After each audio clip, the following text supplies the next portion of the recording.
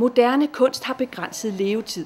Ikke af interesse for brugerne, men fordi de er lavet af materialer, som forgår.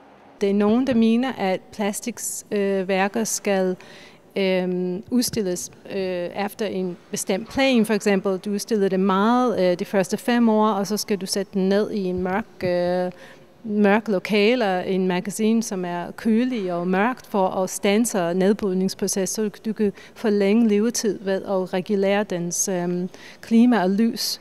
I det her tilfælde det er har kunstneren meget imod. Han vil hellere have, at værket forgår, og i den hvad skal man sige, i den naturlige ældningsproces, den skulle få lov til at leve sit liv.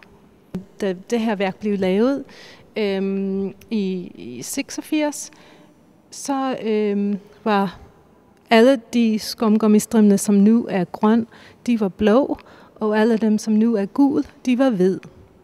Så det kan sige, at den har set ganske anderledes ud, end det gør i dag. Værket bliver, fotograferet og beskrevet, sådan at den får et liv mere, kan man sige, men bare i en anden form. Og det kan godt være meget svært for mange gæster til at forholde sig til, fordi de vil gerne sige værker. Men vi har meget ofte samarbejde med kunstnere omkring de her ting og de her problemer, fordi nogle gange er det så galt, så vi skulle erstatte noget af værket.